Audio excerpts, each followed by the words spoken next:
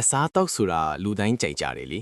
ဒါပေမဲ့ကဘာပေါ်မှာအရသာအရှိဆုံးလို့သတ်မှတ်ခံထားရတဲ့အစားအစာတွေကဘာတွေဖြစ်မလဲလို့မိတ်ဆွေတို့စဉ်းစားဘူးလားကိုအကြိုက်နဲ့ကိုဆိုပေမဲ့ကဘာလွက်ခီးသွားတွေအစားတောက်ကျွမ်းကျင်ပညာရှင်တွေကတင်းကြီးတညွတ်တဲ့ဒါတွေကတော့ရှယ်ပဲဟေလို့မဲပေးရွေးချယ်ထားတဲ့အစားအစာတွေရှိပါတယ်ဒီနေ့တော့ကြည်နေရင်းနဲ့တင်ဗိုက်စာသွားစေမဲ့ကဘာအရသာအရှိဆုံးအစားအစာ၅မျိုးအကြောင်းပြောပြပေးချင်ပါတယ်တကယ်တော့အရသာဆိုတာတယောက်နဲ့တယောက်ခံစားမှုချင်းမတူနိုင်ကြဘူးပေါ့ဒါပေမဲ့ CNN Travel ကနေကမ္ဘာအရက်ရက်ကလူပေါင်း3000ခွဲလောက်ကိုစစ်တမ်းကောက်ပြီးရွေးချယ်ထားတဲ့ World's 50 Best Foods စာရင်းတစ်ခုရှိတယ်အဲ့ဒီထဲကမှထိတ်ဆုံးရောက်နေတဲ့အစားအစာ5မျိုးကိုကျွန်တော်ဆွဲထုတ်ပြီးပြောပြသွားမှာပါနံပါတ်5ကနေစလိုက်ရအောင်နံပါတ်5ကတော့တရုတ်နိုင်ငံက Peking duck ပါသူ့ရဲ့ထူးခြားချက်ကအသားထက်အရေးခွန်ပါပဲကျွဲယိုနေအောင်กินထားတဲ့ဘဲအရေခွံကိုပါလေး sauce အချိုးလေးစမ်းကြက်ကွမ်းမြေလေးအုပ်ပြီးဂျုံပြားလေးနဲ့လိပ်စားရတာကတကယ့်ကိုရှယ်ရတာပါပဲနံပါတ်4ကတော့ဂျပန်နိုင်ငံကဆူရှီပါရိုးရှင်းတယ်လို့ထင်ရပေမဲ့ငါအသားရဲ့လက်ဆက်မှုနဲ့ထမင်းရဲ့အချင်းဖောက်ထားတဲ့အချိုးအစာကတကယ့်အမှုပညာပါ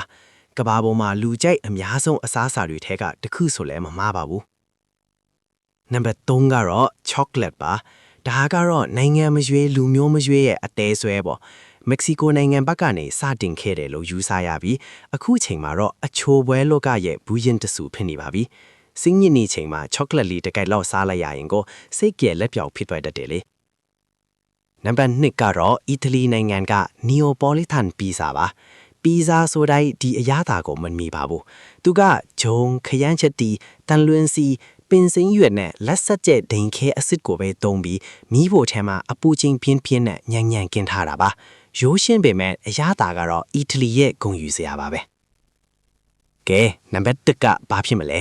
ဒါကတော့ကျွန်တော်တို့အိမ်နီးချင်းထိုင်းနိုင်ငံကမဆာမန်ကရီပဲဖြစ်ပါတယ်ဟင်းကအမွေးရဲ့ coin တွေစုံလင်းအောင်ထဲထားပြီးအဆက်အုံတို့ရဲ့အိမ်အချိုအနံ့အရသာတွေအကုန်လုံးမျှတနေတဲ့ဟင်းတစ်ခွက်ပါဟင်းပွဲတွေရဲ့ဘူးရင်လူတောင်တင်စားကြပါတယ်